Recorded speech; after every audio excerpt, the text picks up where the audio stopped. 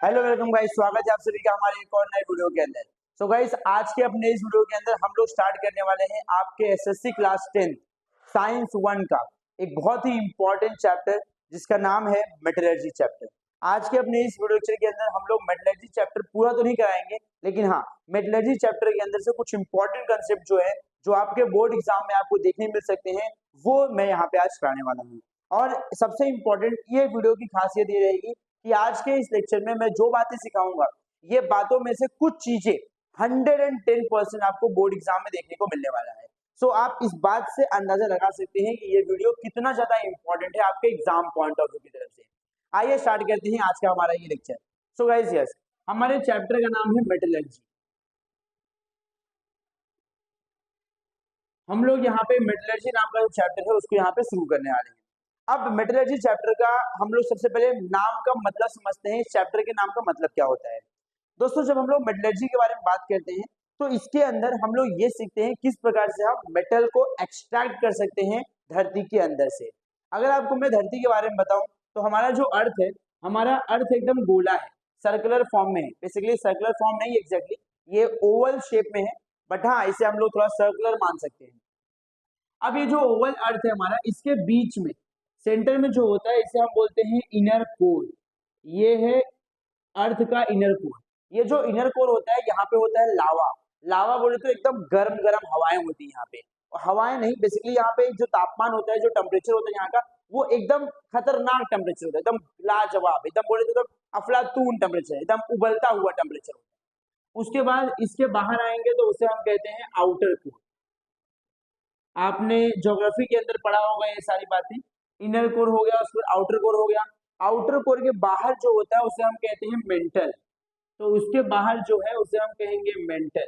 और मेंटल के बाद सबसे बाहरी लेयर जो होता है उसे हम कहते हैं यहाँ पे अर्थ क्रस्ट। तो ये जो अर्थ क्रस्ट होता है, यहाँ पे हमारी सारी की सारी माइनिंग जो होती है वो प्रोसेस यहाँ पे देखने मिलता है। अब मेटलर्जी के बारे में जब बात करते हैं तो मेटलर्जी का मतलब होता है एक्सट्रैक्शन ऑफ मेटल। अब मेटल को निकालना, हम जमीन के अंदर से निकालेंगे ना मेटल को। अब ऐसा तो नहीं है कि मुझे अगर सोना चाहिए, मुझे अगर लोखंड चाहिए तो वो आसमान से सब बारिश होने लगेगी, सोने की गोल्ड की बरसात होगी, ऐसा तो नहीं होने वाला है।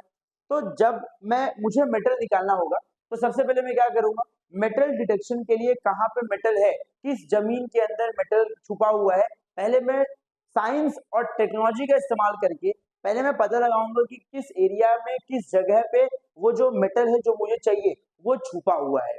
तो by using metal detection technique और बाय यूजिंग साइंस और टेक्नोलॉजी, मैं पहले ये पता लगाऊंगा कि किस जगह पे मेटल है, बराबर। तो उसके बाद जहां पे मेटल रहेगा वहां पे मैं अपना जेसीबी, अपना बुलडोजर लेके जाऊंगा, वहां पे गड्ढा खोदूंगा। हाँ, टेक्नोलॉजी का इस्तेमाल करूंगा, मैं फावड़ा लेके जाऊंगा नहीं वहां गड्ढा खोदने के लिए। तो हम लोग टेक्नोलॉजी का इस्तेमाल करेंगे जब वहां पे गड्ढा खोदेंगे। अब गड्ढा खोदने के बाद अंदर से हमें क्या मिलेगा, वहां पे मेटल देखने को मिलेगा। तो इस प्रोसेस को हम कहते हैं मेटलर्जी। और एक बात और, ये जो हमारी कंपनियां होती हैं जो माइनिंग वगैरह करती हैं, इनका मेन फोकस होता है अपने प्रॉफिट पे। ये मुनाफा करना चाहती है, तो किस तरीके से ये कैसे माइनिंग करें कि इनको मुनाफा हो जाए, इनको चार पैसे का फायदा हो जाए, उसके ऊपर इनका ज्यादा ध्यान होता है। अब ध्यान समझिए, यहाँ पे क्या होता है। यहाँ पे मान लीजिए अगर मैं आपको बताऊं, मेरे को माइनिंग करना है, मेरे को गोल्ड की माइनिंग करनी है। मेरे को मालूम हो गया सर ये पर्टिकुलर जगह है, ये एक जगह है जहाँ पे सोने की खदानें हैं, मतलब सोना बहुत सारा है यहाँ पे। तो मैं गोल्ड की माइनिंग करने वहां पहुंच जाऊंगा। आपको बता दूं, मैं यहाँ पे जो मेटल होता है, मेटल दो स्टेट पाया जाता है। एक होता है उसका फ्री स्टेट, एक होता है उसका कंबाइंड स्टेट। जो भी हमारे पास मेटल हमें देखने को मिलेंगे, मेटल हमेशा याद रखो दो स्टेट में आपको देखने मिलता है। एक होता है उसे हम कहते हैं फ्री स्टेट, और एक होता है उसे हम कहते हैं कंबाइंड स्टेट। चलिए, अब फ्री स्टेट का मतलब क्या होता है।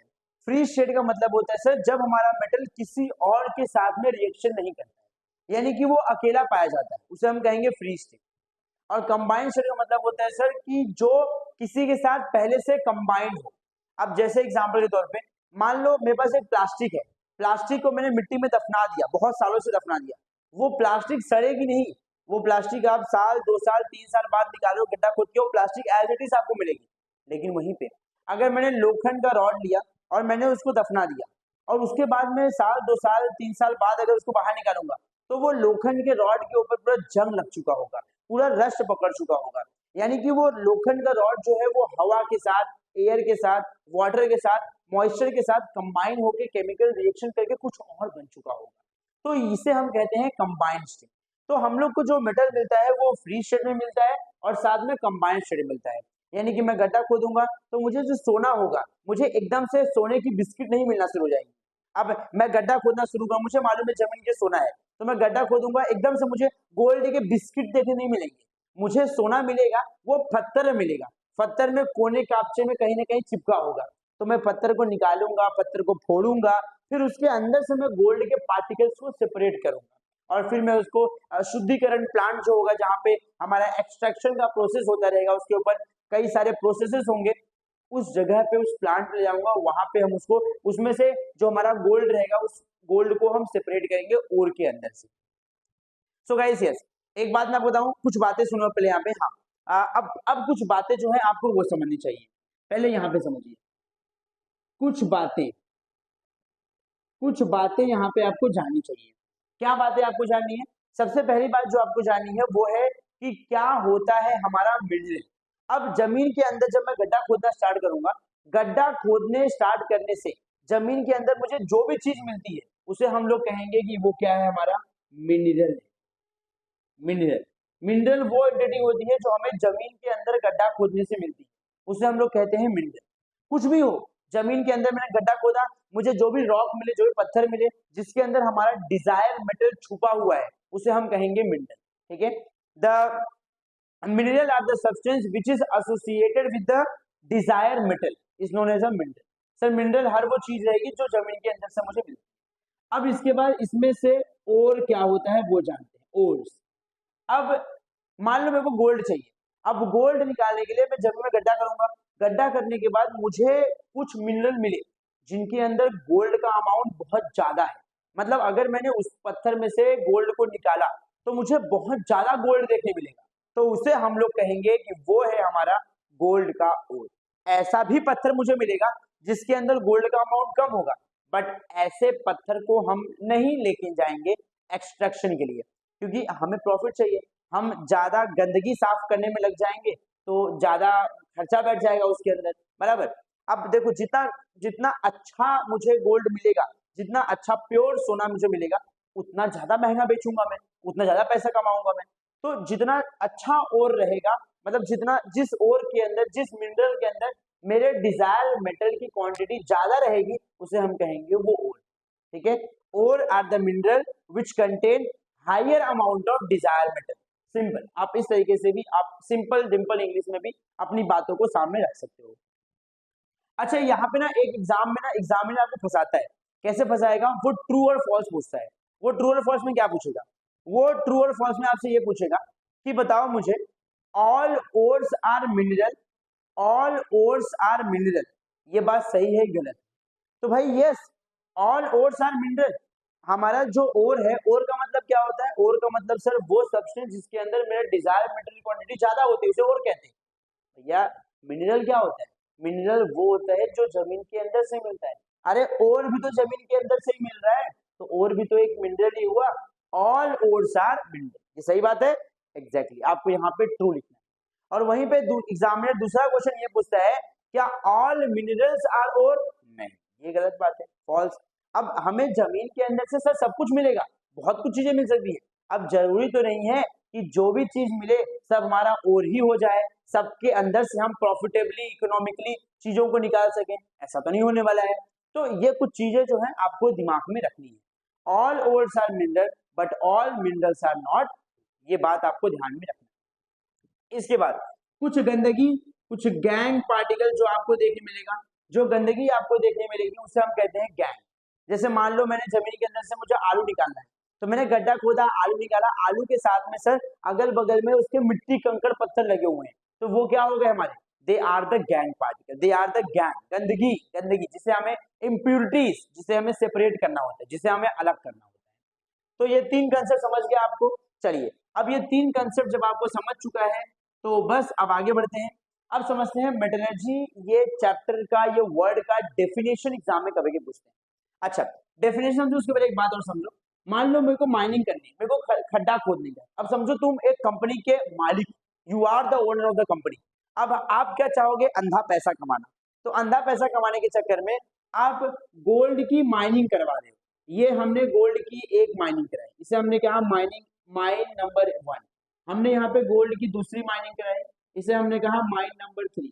हमने यहाँ पे गोल्ड की तीसरी माइन करवाई, इसे हमने कहा माइन नंबर सी। ठीक है, ये एक आपको सिलेंडर देखने लग रहा होगा, बट सिलेंडर मत समझिए, ये गोल्ड की माइनिंग। ठीक है, अब यहाँ पे गोल्ड की पहली माइनिंग, इसके अंदर सर मुझे जो गोल्ड मिला, इसके अंदर जो मुझे गोल्ड मिला वो गोल्ड सर 70% प्योर है, 70% प्योर है। और साथ ही साथ में 30% उसके अंदर क्या है, इम्प्योरिटी है।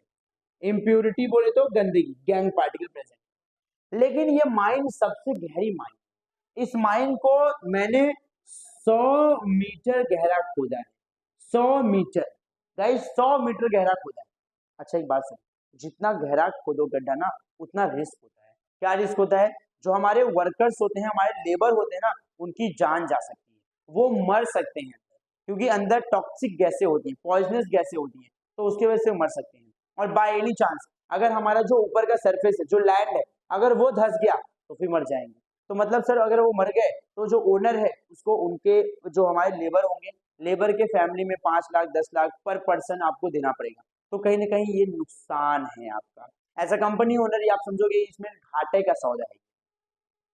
तो इसके अंदर लेकिन आपको एक बात है, ये आपको यहाँ पे 70% शुद्ध ओर, जो ओर रहेगा वो मिलेगा। अब 70% शुद्ध रहेगा तो उसके अंदर से गोल्ड को सेपरेट करना, यानी कि डिजायर मेटल को निकालना काफी आसान काम है, डिफिकल्ट टास्क नहीं है। अगला जो दूसरा वाला माइन है, दूसरे वाले माइन के अंदर जो आपको गोल्ड मिलेगा वो 60% प्योर मिलेगा, और इसमें 40% गंदगी रहेगी, impurity.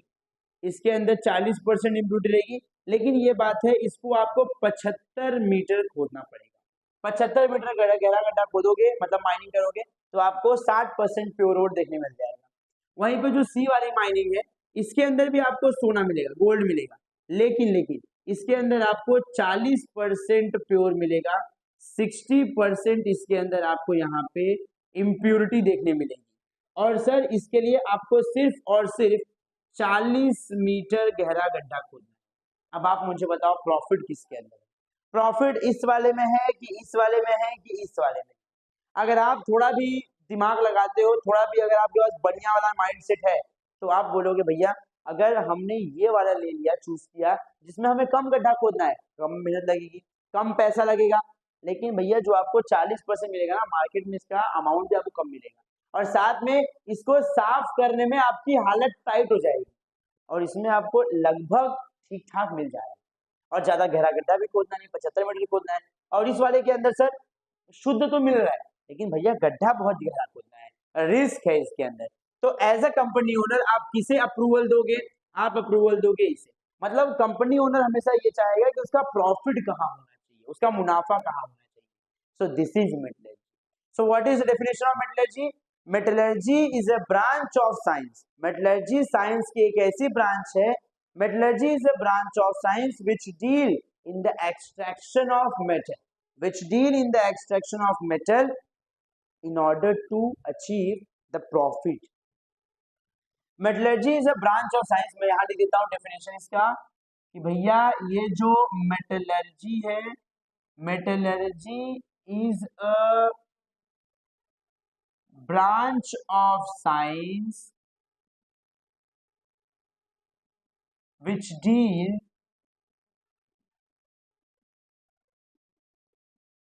in the extraction of metal by profitably and economically, profitably as well as economically. Profit भी होना चाहिए और इकोनॉमी का ग्रोथ भी होना चाहिए। तो मेटलर्जी साइंस की एक ऐसी ब्रांच है जो डील करती है मेटल के एक्सट्रैक्शन में, और साथ ही साथ में वो एक्सट्रैक्शन कैसा होना चाहिए? प्रॉफिटेबल होना चाहिए। ठीक है, लेकिन एक्सट्रैक्शन करोगे कैसे? साइंस और टेक्नोलॉजी का इस्तेमाल करके। अब मुझे कैसे मालूम है कि ये जमीन के नीचे सोना है? मेरे पास डिटेक्शन टेक्निक मशीन होती है। जब मैं मशीन को लेके जाऊंगा, नीचे सोना रहेगा, तो मशीन ऑटोमेटिकली टू टू टू करना शुरू कर देगी। तो मतलब सर मैं यहाँ पे साइंस और टेक्नोलॉजी का इस्तेमाल करके ये पता लगाऊंगा कि कहाँ पे सोना है, बराबर। तो economically extraction of metal by profitably economically with the help of science and technology. ये एग्जाम में आता है डेफिनेशन 1 मार्क्स के लिए, तो आपको ये पता होना चाहिए कि मेटलर्जी का डेफिनेशन क्या होगा। So guys, metallurgy is a branch of science which deal in the extraction of metal by profitably and economically with the help of science and technology is called metallurgy. So now I hope कि आप लोगों को इस chapter के नाम का मतलब समझ में आया।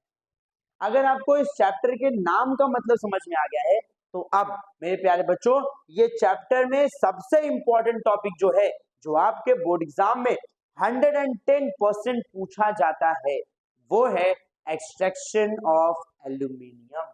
तो आइए स्टार्ट करते हैं एक्सट्रैक्शन ऑफ एल्यूमिनियम। चलिए, सबसे रिक्वेस्ट है कि सब लोग अपनी अपनी नोटबुक निकाल लें और साथ में पेन। अगर आप ऐसे ही वीडियो देख रहे हैं तो कोई सेंस नहीं है इस बात का। आपको नोटबुक और पेन निकाल के बैठना है ताकि आप अच्छे तरीके से चीजों को समझ सकें। अब समझते हैं अगला कंसेप्ट, जिसके अंदर हम ये समझेंगे, sir extraction of aluminium. Aluminium का जो एक्सट्रैक्शन होता है ये होता है लीचिंग प्रोसेस। अभी 2 मिनट के अंदर मैं आपको यहाँ पे एक्सप्लेन कर दूंगा कि लीचिंग प्रोसेस क्या होता है। देखिए, इसके अंदर हम इस्तेमाल करने वाले हैं लीचिंग प्रोसेस। प्यारे बच्चों, लीचिंग प्रोसेस, लीचिंग का मतलब क्या होता है? लीची पता है, एक फ्रूट होता है, खाते लीची, उसकी बात नहीं कर रहे हम लोग यहाँ पे। लीचिंग का प्रोसेस का मतलब होता है कि मान लो मैंने नेल पॉलिश लगाया, मेरे को बहुत मन कर रहा है नेल पॉलिश लगाने का, पुष्पराज बनना, पुष्पराज, तो मैंने नेल पॉलिश लगाया। अब नेल पॉलिश लगाने के बाद मेरे को घर पे मार पड़ी कि भैया नेल पॉलिश तुरंत निकालो, कि क्या ये लड़कियों वाली शौक है। तो मैंने नेल पॉलिश रिमूवर का इस्तेमाल करके नेल पॉलिश को निकाला। लेकिन क्या हो अगर वो नेल पॉलिश रिमूवर मेरे हाथ के साथ रिएक्शन कर जाए, मेरा नाखून ही लेके चला जाए, भाई ये तो बवाल हो जाएगा ना कि मेरा नाखून, मैं nail polish remover, nail polish निकालने के लगाया, उसको मेरा हाथ ही साफ कर दिया, मेरा हाथ ही साफ हो गया, मेरी उंगली साफ हो गई, बाप रे, ये तो खतरनाक डेंजर हो गया ये तो गाइस, ये जो लीचिंग प्रोसेस है, लीचिंग प्रोसेस में हम केमिकल का इस्तेमाल करते हैं। केमिकल का यूज करके हम हमारे एल्यूमिनियम के ओर को साफ करने की कोशिश करते हैं। और जब हम एल्यूमिनियम के ओर को साफ करने की कोशिश करते हैं, उस कोशिश में हमारा एल्यूमिनियम खुद रिएक्शन कर जाता है। जहां एल्यूमिनियम को क्लीन होना चाहिए, वहां एल्यूमिनियम खुद घुल जाता है। उस प्रोसेस को हम कहते हैं लीचिंग। और ये जो लीचिंग होता है, जैसे मान लो दूसरा एग्जांपल, अगर ये नहीं समझा दूसरा एग्जांपल समझो। मान लो मैंने आलू लिया, अब मुझे आलू को साफ करना है, क्योंकि देखो मार्केट में नया आलू आता है तो उसमें मिट्टी लगी होती है। अब मुझे आलू साफ करना है, तो आलू साफ करने के लिए मैं उसको कहाँ डालूंगा? पानी में डालूंगा, मस्त घसूंगा तो सारी मिट्टी इससे अलग हो जाएगी, इम्प्योरिटी सेपरेट हो जाएगी। लेकिन क्या हो अगर उस आलू को मैं एसिड में डाल दूं, तो साला आलू ही साफ हो जाएगा। आलू की गंदगी साफ हो ना हो, आलू साफ हो जाएगा। तो इस प्रोसेस को हम कहते हैं लीचिंग। लीचिंग एक ऐसा प्रोसेस है जिसके अंदर हमारा जो मेटल है, हमारा मेटल खुद रिएक्शन कर जाता है। जहां उसकी गंदगी अलग होनी चाहिए, मेटल खुद रिएक्शन। आइए समझ, ज्यादा पकाऊंगा नहीं आपको, जब मुद्दे की बात करता हूँ। लीचिंग प्रोसेस जो होता है ये दो स्टेप में होता है। दो यहाँ पे हमारे पास वैरायटी है लीचिंग के लिए। एक है, उसे हम लोग कहते हैं बेयर्स प्रोसेस, और दूसरा होता है उसे हम लोग कहते हैं हॉल्स प्रोसेस। बेयर्स प्रोसेस और हॉल्स प्रोसेस, ये 2 प्रोसेस से हम लोग लीचिंग करते हैं। प्यारे बच्चों, ये जो बेयर्स प्रोसेस होता है, यहाँ पे जो केमिकल हम लोग यूज करते हैं वो है हमारा कॉस्टिक सोडा।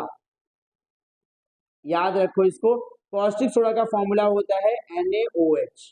और यहाँ पे जो हम लोग इस्तेमाल करते हैं, जो भी हमारा केमिकल कंपाउंड हम इस्तेमाल करते हैं, वो होता है हमारा वॉशिंग सोडा, जिसका नाम है सोडियम कार्बोनेट। फॉर्मूला होता है Na2CO3। यहाँ पे हम Na2CO3 का इस्तेमाल करते हैं। और ये जो लीचिंग प्रोसेस होता है, ये होता है टोटल 4 स्टेप में। वो 4 स्टेप क्या है देखिए। सबसे पहला स्टेप नंबर 1, इस स्टेप को हम लोग कहते हैं डाइजेशन। दूसरा है, उसे हम कहेंगे स्टेप नंबर 2, इसका नाम है फिल्टरेशन। तीसरा है स्टेप नंबर 3, इसका नाम है प्रेसिपिटेशन। ये बेसिकली डाइजेशन का उल्टा होता है, डाइजेशन का उल्टा होता है। और आखिरी स्टेप जो है, फोर्थ स्टेप हमारा, इस स्टेप का नाम है कैल्सिनेशन। 4 स्टेप के अंदर ये पूरा प्रोसेस होता है।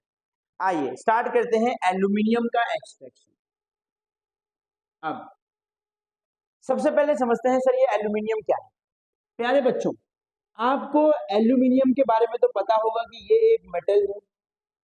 अगर आपको नहीं पता है तो आपको बता दूं, आपको पीरियोडिक चैप्टर के अंदर मैंने पढ़ाया था, एल्यूमिनियम जो होता है हमारा ग्रुप नंबर 2 के अंदर आता है। अब एल्यूमिनियम, आपको मैं याद करा दूं एल्यूमिनियम का एटॉमिक नंबर कितना होता है। आपको मैंने 11 से 20 तक एलिमेंट याद कराए होंगे। जेड होता है एटॉमिक नंबर दिखाने का सिंबल।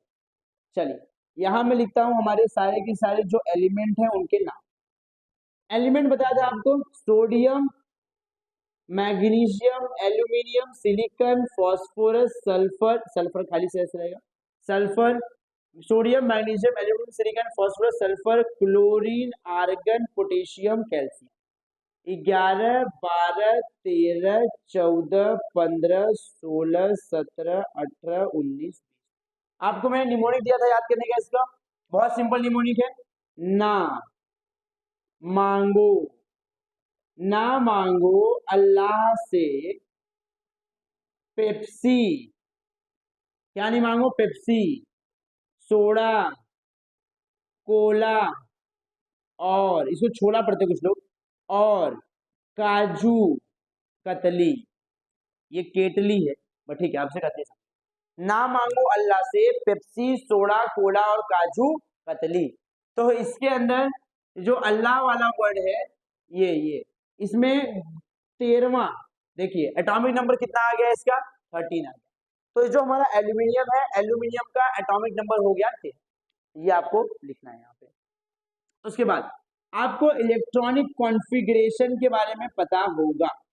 इलेक्ट्रॉनिक कॉन्फ़िगरेशन, प्यारे बच्चों, इलेक्ट्रॉनिक कॉन्फ़िगरेशन जो होता है ये किया जाता है अलग अलग शेल्स के अंदर। 2, 8, 8, 18, 18, 32, 32 करते हैं। ये होता है हमारा के शेल, एल, एम शेल। यहाँ पे देखिए एल्यूमिनियम का, जिसका एटॉमिक नंबर बेसिकली 13 है। एटॉमिक नंबर बेसिकली यहाँ पे लिख देंगे हम लोग, एटॉमिक नंबर इसका 13 है। तो यहाँ 2, 8, 3, ये हो गया इसका इलेक्ट्रॉनिक कॉन्फ़िगरेशन। अब एल्यूमिनियम के आउटर मोस्ट शेल में, एम शेल में होने चाहिए टोटल 8 इलेक्ट्रॉन होने चाहिए, बट हैं कितने? 3। तो ये अपना ऑक्टेट कंप्लीट करने के लिए, इसे हम लोग क्या कहेंगे? इसे हम कहेंगे सर इसका ऑक्टेट। ये अपना ऑक्टेट कंप्लीट करने के लिए ये 3 इलेक्ट्रॉन दिख रहे हैं, इनको ये लूज कर देगा। और जो इलेक्ट्रॉन दे देता है, जो दान दे देता है, उसे कहते हैं वो भगवान है। वो दे रहा है, वो दान दे रहा है, उसके अंदर पॉजिटिविटी आ रही है। आप रोड पे जाओ, आप किसी भिखारी को एक चवन्नी दे दो, आपके अंदर पॉजिटिविटी आ जाए। आप बोलोगे मैंने आज एक भिखारी को एक चवन्नी दान दी, मतलब मेरे अंदर पॉजिटिविटी आ रही। तो जो दान देता है, जो डोनेट करता है, वो पॉजिटिव कहलाता है। तो यहाँ पे जो हमारा एल्यूमिनियम है वो क्या हो जाएगा? 3+। क्यों? क्योंकि एल्यूमिनियम ने 3 इलेक्ट्रॉन डोनेट किए।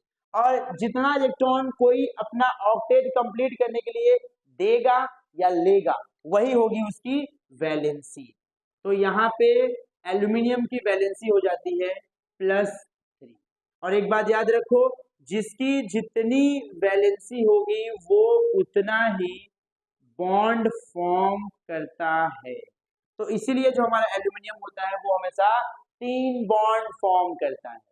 चलिए, ये कुछ बेसिक बातें हो गई जो आपको मेरे ख्याल समझ में आ चुकी है। एक बार देख लो, चाहिए तो उसका स्क्रीनशॉट ले लो। अब इसके बाद हम आगे बढ़ते हैं, और अब इसके बाद हम आपको कुछ और बातें जो हैं एल्यूमिनियम के बारे में वो समझाते हैं कि कैसे आप एल्यूमिनियम का एक्सट्रैक्शन कर सकते हैं। आइए, ये जो बेयर्स और हॉल्स प्रोसेस है, इसको स्टेप बाय स्टेप एक दोनों प्रोसेस को हम देखेंगे यहाँ पे। अब चलिए, अब इतना लिख लिया है आप लोगों ने, लिखिए लिखिए, समझिए और लोगों को समझाइए। बहुत सारे लोग होते हैं जिन्हें नहीं पता कि मेटलर्जी चैप्टर इतना आसान क्यों, नहीं पता लोग। लेकिन मेरे प्यारे बच्चों ये चैप्टर जितना दिखता है उससे कई गुना आसान। आइए स्टार्ट करते हैं। सबसे पहला प्रोसेस, स्टेप नंबर 1, #1 जिसे हम कहेंगे यहाँ पे बेयर्स प्रोसेस। प्यारे बच्चों, बेयर्स प्रोसेस में हम क्या करने वाले? बेयर्स प्रोसेस के अंदर हम लोग, अब हमने माइनिंग के समय पे, अच्छा सबसे पहले माइनिंग, जब हमें एल्यूमिनियम निकालना होता है तो एल्यूमिनियम को निकालने के लिए जब हम माइनिंग करने गए थे उस समय हमें मिला मिनरल, और बहुत सारे मिनरल में से हमारी साइंटिस्ट लोग की टीम जब वहां पहुंची, यस हमारी साइंटिस्ट लोग की टीम जब वहां पहुंची तो हमने उसमें से चूज किया कि कौन से पत्थर के अंदर एल्यूमिनियम का अमाउंट ज्यादा है, और जिस पत्थर के अंदर एल्यूमिनियम का अमाउंट सबसे ज्यादा पाया गया उसे हमने कहा वो है एल्यूमिनियम का ओर, जिसका नाम दिया गया बॉक्साइड।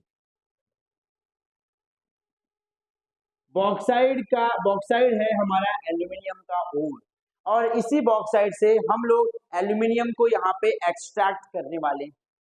प्यारे बच्चों, बॉक्साइड का जो फॉर्मूला होता है वो होता है Al2O3.NH2O। इसी के अंदर से हम एल्यूमिनियम को निकालें। तो अब बेयर्स प्रोसेस के अंदर ये बॉक्साइड ओर को हम लेके आएंगे ट्रकों में भर के, और हम ट्रकों में भर के लेके आने के बाद हमारी कंपनी में एक बॉल मिल है, बॉल मिल, यस गाइस, इसका नाम है बॉल मिल। आपने देखा है जब आप गेहूं वगैरह लेके जाते हो चक्की पे, चक्की को क्या बोलते हैं? मिल। चक्की पे जब ले जाते हो चक्की वाला क्या करता है? चक्की वाला उसको बोलते हैं फ्लावर मिल। जब आप चक्की में देते हो उसे तो चक्की वाला क्या करता है? गेहूं का पीस के पाउडर फॉर्म में कन्वर्ट करता है, पाउडर फॉर्म में कन्वर्ट करता है। तो ऐसे ही हमारे पास ये बॉल मिल है। अब ये दिखता कैसा है? आपने देखा रोड पे सीमेंट की जो गाड़ियां होती हैं, अल्ट्राटेक सीमेंट, दुनिया भर की सीमेंट गाड़ियां होती है ना, जो घूमते थे, जिनमें गोला सा एक कुछ तो होता है जो गोल गोल गोल गोल गोल गोल घूमता है, उसके अंदर लोखंड का बॉल होता है, पता है आपको? उसके अंदर ना लोखंड का बॉल रहेगा, और उसी के अंदर हम ये और जो हम लेके आए हैं खड्डा खोद के, ये उसमें डाल देंगे, और वो जोर जोर गोल गोल घूमेगा। उसके घूमने से हर बार वो बॉल दूसरे बॉल से टकराएगा, वो और दूसरे ओर से टकराएगा, और उनमें रेगुलर कोलिजन होगा, और मल्टीपल कोलिजन से वो पाउडर फॉर्म में क्या हो जाएगा? कन्वर्ट हो जाएगा। और एक बार जब वो पाउडर फॉर्म में कन्वर्ट हो गया उसे हम कहेंगे पल्वराइज्ड, उसे हम कहेंगे पल्वराइज्ड, पाउडर फॉर्म में कन्वर्ट हुआ ओर। तो बॉल मिल का इस्तेमाल करके हम ओर को पाउडर के फॉर्म में कन्वर्ट करेंगे, ठीक है। अब ये जो ओर हमारा पाउडर फॉर्म में कन्वर्ट हो चुका है, ये ओर को अब मैं लेके आऊंगा, और बेयर्स प्रोसेस वाला सिस्टम जहां पे हो रहा होगा वहां पे एक बहुत बड़ा तालाब है। आप जानते हो क्या है वहां पे? नहीं जानते हो आप? वहां एक बहुत बड़ा तालाब है, उसके अंदर रखा हुआ है क्या? उसके अंदर रखा हुआ है कॉस्टिक सोडा, और उसी कॉस्टिक सोडे के अंदर मैं उस पाउडर ओर को डाल दूंगा और गर्म करूंगा 2 से लेके 8 घंटे तक। आइए मैं आपको एक्सप्लेन करता हूं step by step with chemical reactions. ये सारी बातें आपको समझ में आ गई? तो आइए स्टार्ट करते हैं बेयर्स प्रोसेस, एकदम आराम से, Aahista Aahista, step by step. तो सबसे पहला स्टेप बेयर्स प्रोसेस का, जिसे हम कहते हैं डाइजेशन। डाइजेशन प्रोसेस के अंदर हम लोग लेके आए थे बॉक्साइड। अब बॉक्साइड का फॉर्मूला है Al2O3.2H2O। सर 2 क्यों लिया आपने? मेरा मन 2 ही पानी रहा होगा, n लिखा था वहां पे, n मतलब any integer number, it may be 0 1 2 3 4 5 कुछ भी हो सकता है, ठीक है। ये हो गया हमारा बेसिकली, ये हो गया हमारा एक बॉक्साइड और हो गया। अब ये जो बॉक्साइड हो गया, इस बॉक्साइड का रिएक्शन हम कराएंगे बेस से। कॉस्टिक सोडा मतलब होता है बेस, बेबी को क्या पसंद है? बेस, वही वाला बेस यहाँ पे हम यूज करेंगे। अब इसे हम कितना गर्म करेंगे? इसे हम गर्म करेंगे 2 से 8 घंटे तक, 2 से 8 घंटे गर्म करेंगे। साथ में टेम्परेचर रखेंगे इसका प्यारे बच्चों 150 तक, 140 से लेके 150 डिग्री सेल्सियस तक रखेंगे। अब ध्यान दीजिए, देखो मैं आपको बता दे रहा हूं, आप लोग न्यूटन नहीं, आप लोग साइंटिस्ट नहीं, साइंटिस्ट आप लोग नहीं, साइंटिस्ट। तो आपको क्या करना है, और नहीं आप लोग लैब में जाके ये सब चीजें, केमिकल रिएक्शन आपने करा है कभी जिंदगी में? कभी जिंदगी में आप लैब नहीं गए हो? अगर गए भी हो तो आपने केमिकल रिएक्शन खाली ऐसे ही सुगंध लेके चले आए होंगे, या नहीं होगा? तो आपको याद करना है, आपको केमिकल रिएक्शन याद कर लेना है। मैं सब नहीं बोलूंगा, लेकिन हाँ कुछ आपको याद कर लेना है, जैसे कि ये। अब याद करने का मैं आपको ट्रिक दूंगा, आप उससे याद कर लीजिए, और सारे लोग यही ट्रिक फॉलो करते हैं, कोई अलग नहीं है। ये हो जाएगा हमारा ना, NaA, ना। ना समझते हो? ना, जब किसी लड़की को प्रपोज कर तो क्या बोलती हो? ना। तो ये है ना, ना लो, ना लो। सुबह सुबह क्या ठंडी में क्या लोग करना पसंद नहीं करते? नहाना। तो यहाँ लो, ना लो 2 बार, किससे? पानी से। ना लो 2 बार पानी से। ये हो गया आपका पहला केमिकल रिएक्शन। अब एक बात समझो, यहाँ पे बैलेंस नहीं। आइए इसे बैलेंस करते हैं फटाक से, सिर्फ 1 मिनट लगेगा, उसमें बैलेंस जाएगा रिएक्शन। यहाँ 2 एल्यूमिनियम है, यहाँ पे 1 है, यहाँ 2 कर दिया, हो गया 2 एल्यूमिनियम। सोडियम सर 1 है, उसे 2 कर दिया जाए, हो गया सोडियम 2, हो गया सोडियम 2। अब बाकी लोग बैलेंस करते हैं। ऑक्सीजन, हाइड्रोजन कितना है? 2 2 4, और यहाँ पे 6, यहाँ पे कितना है? 2, यहाँ पे 3 कर देते हैं। रिएक्शन हो गया बैलेंस। चाहिए तो आप यहाँ पे आके देख लो आराम से, ठीक है। अब आगे बढ़ते हैं और आप समझते हैं अगला स्टेप, स्टेप 1 डाइजेशन। अब समझते हैं अगला स्टेप, जिसे हम कहेंगे स्टेप नंबर 2। स्टेप नंबर 2 है, उसे हम कहते हैं फिल्टरेशन। अब समझिए ध्यान से, फिल्ट्रेशन में कुछ नहीं करना। आपकी मम्मी सुबह सुबह घर में चाय बनाती है, चाय, तो चाय को क्या टोप में, जिसमें चाय पत्ती, अदरक सब कुछ पड़ा हुआ है, क्या सीधा उठा के कप में छान देती? कप में आपको ला के दे देंगे? नहीं, उसको सर छानते हैं पहले, छन्नी से क्या करते हैं? छानते हैं। तो छन्नी क्या करता है? चाय को फिल्टर करता है। तो उसी तरीके से हम लोग यहाँ क्या करेंगे, सर ये जो कंपाउंड बना है डाइजेशन में, नाम लिखने के साथ में, हाँ नाम लिखता हूँ, इसका नाम है सोडियम एल्यूमिनेट। और ये बॉक्सर पता है आपको, ये बेस, इसे हम बोलते हैं कॉस्टिक सोडा। इसका नाम है sodium hydroxide, caustic soda sodium hydroxide. और ये तो पानी आप जानते ही हो, ठीक है। अब यहाँ पे फिल्ट्रेशन क्या करेंगे? बाय यूजिंग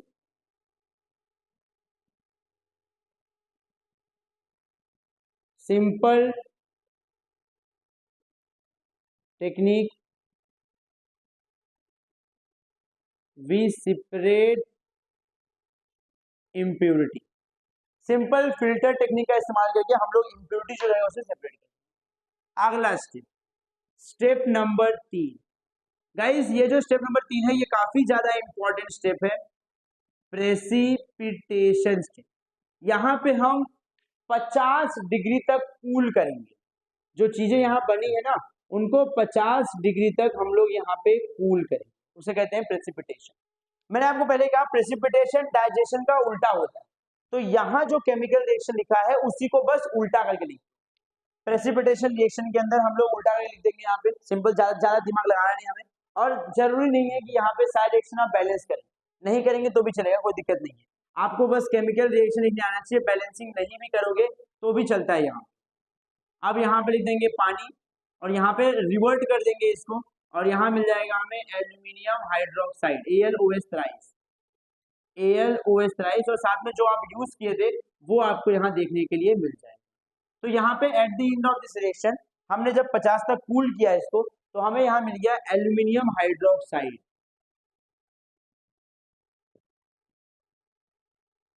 एल्यूमिनियम हाइड्रोक्साइड देखने मिल गया, ठीक है। तो हमने यहाँ पे 3 स्टेप करा दिया। अब आखिरी स्टेप जो है वो यहाँ बचा हुआ है, उस स्टेप को मैं यहाँ करा देता हूँ। लास्ट स्टेप जो है हमारा यहाँ पे, उसे मैं यहाँ करा देता हूँ, स्टेप नंबर 4। अब यहाँ मैं करा देता हूँ हमारा स्टेप नंबर 4। स्टेप नंबर 4 जो है उसे हम कहते हैं कैल्सिनेशन। कैल्सिनेशन का मतलब क्या होता है? कैल्सिनेशन मतलब होता है खतरनाक गर्म करना। हम लोग क्या करेंगे यहाँ पे? अब गर्म करेंगे। अब गर्म करने के लिए हम लोग क्या करेंगे? ये जो हमारा एल्यूमिनियम हाइड्रोक्साइड है, इसको मैं लिखूंगा यहाँ पे AlOH थ्राइस, इसे मैं गर्म करूंगा 1000 डिग्री तक। क्या मिल जाएगा मुझे? एल्यूमिना। इसे मैं कहूंगा सर मुझे मिल गया एल्यूमिना। देखिए 4 स्टेप हुए हैं। पहला स्टेप है डाइजेशन, जहां मुझे मिला है सोडियम एल्यूमिनेट। सेकंड मिला है फिल्ट्रेशन, जहां हमने फिल्टर किया। थर्ड मुझे मिला है एल्यूमिनियम हाइड्रोक्साइड, और चौथे मुझे मिला है एल्यूमिनियम। मैं चाहता हूं प्योर एल्यूमिनियम, लेकिन एल्यूमिनियम के साथ में ना पहले सोडियम ऑक्सीजन लगे हुए थे, तो मुझे लगा इसको थोड़ा सा साफ करते हैं, अलग हो जाएगा। साफ किया, कुछ नहीं हुआ। प्रेसिपिटेट किया, कूल किया, हमें लगा सर ठंडा करते हैं, ठंडा किया तो क्या मिल गया एल्यूमिनियम हाइड्रोक्साइड। मुझे एल्यूमिनियम चाहिए, मुझे ये OH नहीं चाहिए, मैंने इसे गर्म कर दिया, 1000 तक गर्म किया, साला ये H तो चलेगा लेकिन O अभी भी साथ में, एल्यूमिना अभी भी साथ में, ठीक है। अब इसको 1 सेकंड के लिए यहाँ पे करते हैं स्टॉप। अब इसके आगे हॉल्स प्रोसेस जो है उसे कंटिन्यू करते हैं। अब हॉल्स प्रोसेस को समझते हैं, हॉल्स प्रोसेस में क्या कुछ कर सकते हैं। इतना अगर आपको समझ में आ गया है तो सिर्फ 2 मिनट लगेगा जिसके अंदर आप समझ जाओगे कि हॉल्स प्रोसेस जो होता है उसमें क्या करते हैं, ठीक है। मैं इसको रफ करता हूं और आपको हॉल्स प्रोसेस जो है वो एक्सप्लेन करता हूं, बस एकदम फटाक से आपको समझ जाएगा कि हॉल्स प्रोसेस क्या होता है।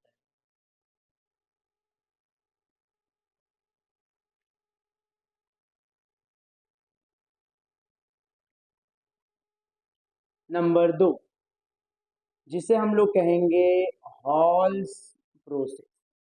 हॉल्स प्रोसेस के अंदर मैंने पहले क्या, हम लोग धोने का सोडा जो कि है हमारा यहाँ पे सोडियम कार्बोनेट, उसका यहाँ पे हम लोग इस्तेमाल करने वाले हैं। तो यस, स्टेप नंबर 1, पहला स्टेप क्या होता है, पहला स्टेप होता है डाइजेशन। अब डाइजेशन में क्या करेंगे, बॉक्साइड Al2O3.2H2O प्लस क्या लेके आएंगे Na2CO3, रिएक्शन कराएंगे सर 140 से 150 डिग्री सेल्सियस, 2 से 8 घंटा, क्या बनेगा वही ना, सॉरी नालो 2 बार पानी से, साथ साथ में कार्बन है तो यहां बन जाएगा कार्बन डाइऑक्साइड गैस। बैलेंसिंग करने का मच रखो ही मत, सिंपली इसको इस तरीके से आप सॉल्व करो। तो ये हो गया आपका डाइजेशन का पहला स्टेप, जिसमें आपको क्या देखने मिल गया, यहाँ पे आपके पास बॉक्साइड था, क्या मिल गया यहाँ पे आपको, सोडियम एल्यूमिनेट, क्या यूज किया आपने, आपने यूज किया सोडियम कार्बोनेट। चलिए अगला स्टेप देखते हैं, स्टेप नंबर 2 वही है सर, फिल्टरेशन। फिल्टरेशन में हम लोग क्या करेंगे, फिल्टरेशन में वही sir, by using simple filtration technique we can separate the impurities. हम लोग यहाँ पे थोड़ा इम्प्यूरिटीज जो है उसे यहाँ पे सेपरेट कर देंगे, इम्प्यूरिटीज सेपरेट कर देंगे। अब आगे स्टेप नंबर 3 जो कि है हमारा प्रेसिपिटेशन का स्टेप। मैंने आपको पहले कहा है प्रेसिपिटेशन इज उल्टा ऑफ डाइजेशन, तो क्या करेंगे यहाँ पे, डाइजेशन का उल्टा, यहाँ पे क्या हो जाएगा सर, नालू 2 बार पानी से रिएक्शन कराएंगे, प्लस अरे कार्बन डाइऑक्साइड भी तो है, प्लस CO2 गर्म करेंगे, तो सॉरी प्रेसिपिटेशन में 50 डिग्री तक ठंडा करेंगे, ठंडा करने क्या मिलेगा सर, नई चीज जिसका नाम है एल्यूमिनियम हाइड्रोक्साइड, एल्यूमिनियम हाइड्रोक्साइड, साथ में जो आपने यूज किया था Na2CO3 सोडियम का। बैलेंसिंग की कोई आवश्यकता नहीं है, अगर बैलेंसिंग करने का बहुत ही इच्छा हो रही है तो आप अपने किताब में जाके देख सकते हैं, वहां बैलेंसिंग है, यहाँ पे टाइम पास होगा बैलेंसिंग में। और बैलेंसिंग आपको मैंने पहले ही सिखाया है चैप्टर नंबर 3 के अंदर, केमिकल रिएक्शन वाला चैप्टर है उसके अंदर, ठीक है। तो आप बैलेंसिंग नहीं करेंगे तो भी काम आपका चल जाएगा। चलिए अब आगे बढ़ते हैं, अगले स्टेप के अंदर क्या करना है, जो हमारा अगला स्टेप है उसे हम कहते हैं कैल्सिनेशन, जिसे हम कहेंगे हमारा स्टेप नंबर 4। स्टेप नंबर 4 के अंदर हम लोग करेंगे कैल्सिनेशन। अब कैल्सिनेशन मतलब क्या, कैल्सिनेशन मतलब तगड़ा गर्म करना। हमारे पास क्या है, एल्यूमिनियम हाइड्रोक्साइड, ये है AlOH थ्राइस, इसे हम गर्म करेंगे 1000 डिग्री तक, क्या मिल जाएगा मुझे, Al2O3, इसे हम लोग क्या कहते हैं, इसे हम लोग कहेंगे एल्यूमिना। चलो एल्यूमिना मुझे मिलेगा, मैं चाहता था कि मुझे प्योर एल्यूमिनियम मिले, तो मैंने प्योर एल्यूमिनियम के लिए सबसे पहले डाइजेशन किया, डाइजेशन मैंने गर्म किया, 2 से 8 घंटा गर्म किया, साला क्या मिला मुझे, सोडियम एल्यूमिनेट मिला। तब भी एल्यूमिनियम के साथ में ये लोग लगे रहे। मैंने फिर फिल्टर किया, नहीं अलग हुआ। मैंने प्रेसिपिटेशन किया, प्रेसिपिटेशन में मैंने इसको 50 तक कूल किया, ठंडा किया, तब मुझे मिल गया एल्यूमिनियम हाइड्रोक्साइड। फिर लास्ट में मुझे क्या मिल गया, एल्यूमिनियम। बॉक्साइड का कन्वर्जन हुआ पहला स्टेप में, उसे हम कहेंगे सोडियम एल्यूमिनेट। सोडियम एल्यूमिनेट से एल्यूमिनियम, सोडियम एल्यूमिनेट से एल्यूमिनियम हाइड्रोक्साइड, एल्यूमिनियम हाइड्रोक्साइड से एल्यूमिना। 4 चीजें बन चुकी है, लेकिन अब भी हमारा एल्यूमिनियम अलग नहीं। तो भैया एग्जाम इसको अब यहाँ पे करेंगे स्टॉप। आपको बता दें आपके एग्जाम में, सेपरेट क्वेश्चन आ सकते हैं। Explain leaching with the help of halls process, explain leaching with the help of bears process, या फिर सिंपल एल्यूमिनियम का बताओ क्या होता है कॉन्फ़िगरेशन, क्या होता है वैलेंसी, क्या होता है एटॉमिक नंबर, ये चीज आ सकती है। क्या होता है ओर, डिफाइन गैंग, डिफाइन मिनरल, ये चीज आ सकती है। या फिर डिफाइन मेटलर्जी भी आ सकता है। अब सबसे इंपॉर्टेंट चीज है भाई, इस एल्यूमिना के अंदर से किसी भी तरीके से इस ऑक्सीजन को हटाओ, मुझे सिर्फ एल्यूमिनियम चाहिए। तो अब बस आपका मैं सिर्फ और सिर्फ 2 से 3 मिनट लूंगा और इस चैप्टर को करूंगा समाप्त। पक्का ईमानदारी से मैं बोलता हूँ, सिर्फ आपका 2 से 3 मिनट लूंगा, ठीक है। और अगर आपको नहीं समझा, और मैं आपको गारंटी देता हूँ, अगर ये क्वेश्चन में से कोई चीज जो मैं आपको आज बता रहा हूं अगर एग्जाम में आपको नहीं मिला, आप चैनल को अनसब्सक्राइब कर देना। आई गारंटी, चैनल को आप अनसब्सक्राइब कर देना स्ट्रेट फॉरवर्ड, ठीक है। आओ अब देख लो, इसलिए अब आओ देख लो, अब इज्जत में सवाल आ चुकी। अब बात इज्जत पे आ गई, अब आपको देखना ही पड़ेगा। अब नहीं देखोगे तो कब देखोगे? इज्जत से बड़ा कुछ नहीं होता गाइस, सबसे इंपॉर्टेंट। आइए लास्ट चीज जो देखना है वो है एक्सट्रैक्शन ऑफ एल्यूमिनियम बाय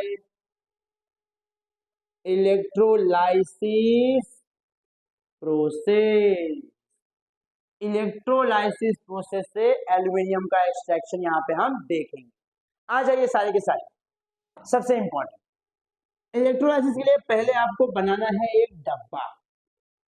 ये डब्बा टंकी है, किसकी टंकी है? ये स्टील की। इसके अंदर क्या लगाएंगे? ये कैथोड। ये क्या है हमारा? ये है हमारा कैथोड। कैथोड किसका बना है? ग्रेफाइट का। किसका बना है गाइस? ग्रेफाइट का ये कैथोड। इसके ऊपर हम लोग लगा देंगे यहाँ पे एनोड। देखो ध्यान से, यहाँ हमने क्या लगा दिया है? एनोड। ये है हमारे एनोड, ये हो गया एनोड, ये हो गया हमारा कैथोड, ठीक है। और ये जो एल्यूमिना था ना, एल्यूमिना जो हमें अभी बेयर्स और हॉल्स के अंत में मिला है, देखिए सिर्फ 2 मिनट लगेगा, 2 मिनट, 2 मिनट में चैप्टर से वहां करेंगे, टेंशन मतलब, बिल्कुल घबराओ मत। इसके अंदर मैंने क्या लिया है? Al2O3 एल्यूमिना, जो अभी बेयर्स और हॉल से मिला था, वो एल्यूमिना इसमें लगा दिया, ठीक है। इन दोनों को हम लोग यहाँ पे वायर से जोड़ देंगे, प्लस माइनस, ठीक। अब सबसे इंपॉर्टेंट चीज समझो, वो ये है कि भैया यहाँ पे इलेक्ट्रोड, बहुत सारे लोग को साइन नहीं पता है कि किस इलेक्ट्रोड पे क्या साइन है। आपको मैं बात बता दूं, इलेक्ट्रोड के पहले ना एक आप साइन समझो, पहले साइन, साइन कैसे निकालते हैं। जैसे मान लो मेरे पास यहाँ पे एक चीज है, आयनिक कंपाउंड NaCl, नमक, टेबल सॉल्ट। इसमें Na जो होता है उसे हम बोलते हैं सर केटायन, और Cl जो होता है उसे हम बोलते हैं अनायन। केटायन पे चार्ज होता है वो होता है पॉजिटिव, अनायन पे चार्ज होता है वो होता है नेगेटिव। नाम समझो। अब कैसे याद रखो, मैं आपको रामबाण तरीका बता रहा हूँ याद रखने का। चार्ज ये प्लस है, तो यहाँ देखो केटायन में क्या होता है? प्लस, तो ये क्या हो गया? प्लस। एनायन में ये क्या है? N, नेगेटिव, ये देखो नेगेटिव, ठीक है, याद रहेगा ये। अब ये बात हो गई सर आयंस के बारे में, लेकिन इलेक्ट्रोड के बारे में क्या जानते हैं? अब इससे जो बनेगा हमारा कैथोड वो होगा नेगेटिव, अब यहां जो बनेगा हमारा एनोड वो होगा पॉजिटिव। ये कंसेप्ट समझो, बहुत important. Cations are positive but cathode are negative, while anions are negative but anode are positive. ये कंसेप्ट समझा दिमाग में? अगर ये समझ गया तो फिर अब आगे बढ़ो। ये लोग हमारे आयंस थे, ये लोग हमारे यहाँ पे आयंस थे, लेकिन ये हमारे इलेक्ट्रोड्स। इलेक्ट्रोड्स के केस में अलग होता है और आयंस केस में अलग। तो यहाँ पे भैया हमारे पास एनोड है और कैथोड है, तो एनोड का चार्ज क्या हो जाएगा, पॉजिटिव, और कैथोड का चार्ज क्या हो जाएगा यहाँ पे, नेगेटिव। चलिए, इतना समझ में आ गया? आई होप आपको इतना समझ में आ गया। अगर इतना समझ में आ गया तो इसका तुरंत एक स्क्रीनशॉट लो ये चीज का, और अब मैं आपको आगे बढ़ाता हूँ। अब ध्यान से समझिए सर, ये जो एल्यूमिनियम बना है, एल्यूमिना Al2O3, ये कैसे बना हो? एल्यूमिनियम एक मेटल है, एल्यूमिनियम का एटॉमिक नंबर 13 होता है, 283। ये अपना 3 इलेक्ट्रॉन लूज किया होगा, 3 इलेक्ट्रॉन दिया होगा। ऑक्सीजन का नंबर होता है 8, 2,6, 2 लेगा तब ऑक्सीजन कंप्लीट होगा, 2 की कमी है इसको, तो 2 लेगा किससे, 2 नेगेटिव। इनका हुआ रहेगा सर क्रॉस, तब बना है Al2O3, तब जाके बना है। मतलब सर जब ये अलग होंगे तो एल्यूमिनियम अपना 3 इलेक्ट्रॉन लेगा और ऑक्सीजन से 2 इलेक्ट्रॉन छीना जाएगा। क्यों? क्योंकि ऑक्सीजन के ऊपर नेगेटिव है ना, ऑक्सीजन होता है 2- और एल्यूमिनियम होता है 3+। इसने 3 इलेक्ट्रॉन लूज किया है, इसने 2 इलेक्ट्रॉन और लिया, उसके ऊपर कर्जा है, जिसके ऊपर कर्जा होता है वो नेगेटिविटी में, याद रखिए। अब आगे, अब हमें सबसे इंपॉर्टेंट है यहाँ पे, अब हम बिजली का झटका देंगे। जैसे बिजली का झटका देंगे ये Al2O3 गर्मा जाएगा, ये टंकी गर्मा जाएगी। टंकी गर्मा गई, टेम्परेचर 2000 के ऊपर पहुंच गया, टेम्परेचर 2000 डिग्री सेल्सियस से ऊपर निकल गया है, इस टंकी का टेम्परेचर 2000 के ऊपर निकल गया। अब ऐसे केस में सर ये एल्यूमिना जो है वो टूट जाएगा, सेपरेट हो जाएगा, अलग हो जाएगा। और अब यहाँ पे 2 रिएक्शन अपने को देखने मिलेंगे, एक मिलेगा अपने को कैथोड का रिएक्शन और एक मिलेगा एनोड का रिएक्शन। तो पहला हम लोग यहाँ फोकस करेंगे रिएक्शन एट कैथोड। कैथोड क्या होता है, कैथोड नेगेटिव होता है। सर नेगेटिव के पास कौन आएगा, नेगेटिव के पास कौन, ऑक्सीजन आएगा कि एल्यूमिनियम आएगा, एल्यूमिनियम आएगा। अब एल्यूमिनियम जो है वो अपना 3+ वो आएगा कैथोड के पास और बोलेगा कैथोड मुझे मेरा 3 इलेक्ट्रॉन लौटा दो, मुझे मेरा 3 इलेक्ट्रॉन दे दो, मुझे तलब है। अब एल्यूमिनियम भाग भाग के किसके पास जाएगा, कैथोड के पास, कैथोड के पास, कैथोड को रिक्वेस्ट करेगा प्लीज मेरा इलेक्ट्रॉन दे दो ना, दे दो, क्या कर रहे हो, दे दो। अब ये जो कैथोड है वो क्या करेगा, चल ठीक है यार कब से रो रहा है, ले ले जा, खुश हो जा, जा। कैथोड ने 3 इलेक्ट्रॉन दे, अब हमारा एल्यूमिनियम बन गया सॉलिड, नहीं सॉलिड एक्वियस, क्योंकि अभी ये मोल्टेन फॉर्म में है। और देखो यहाँ से एक आउटलेट बनाएंगे, आउटलेट एल्यूमिनियम को निकलने के लिए, एल्यूमिनियम को निकलने के लिए एक आउटलेट, ठीक है। चलो ये हो गया रिएक्शन एट कैथोड। कैथोड कैसा होता है गाइस, कैथोड होता है नेगेटिव, नेगेटिव पे जाएगा पॉजिटिव वाला, पॉजिटिव कौन है हमारा, एल्यूमिनियम, क्योंकि मेटल है। अब मेटल ने इलेक्ट्रॉन पहले दिया हुआ था, तो अब वो क्या करेगा, वापस अपना 3 इलेक्ट्रॉन रिसीव करेगा और फिर वो क्या बन जाएगा, एल्यूमिनियम, जो कि बाद में सॉलिड बन जाएगा ठंडा होने के बाद। अगला देखेंगे रिएक्शन एट एनोड। चलिए अब देखते हैं रिएक्शन एट एनोड। एनोड कैसा होता है, पॉजिटिव। पॉजिटिव पे कौन जाएगा, जो नेगेटिव होगा, कौन नेगेटिव है, ऑक्सीजन। ऑक्सीजन किसके पास जाएगा, दौड़ दौड़ किसके पास जाएगा, एनोड के पास। एनोड क्योंकि पॉजिटिव है, एनोड क्या है, पॉजिटिव, एनोड के पास जाएगा। और एनोड के पास जैसे ही जाएगा वैसे ही एनोड बोलेगा आओ मुन्ना, आओ आओ, तुम बहुत साल पहले 2 इलेक्ट्रॉन लेके गए थे, चलो समय आ गया है कर्जा उतारने का।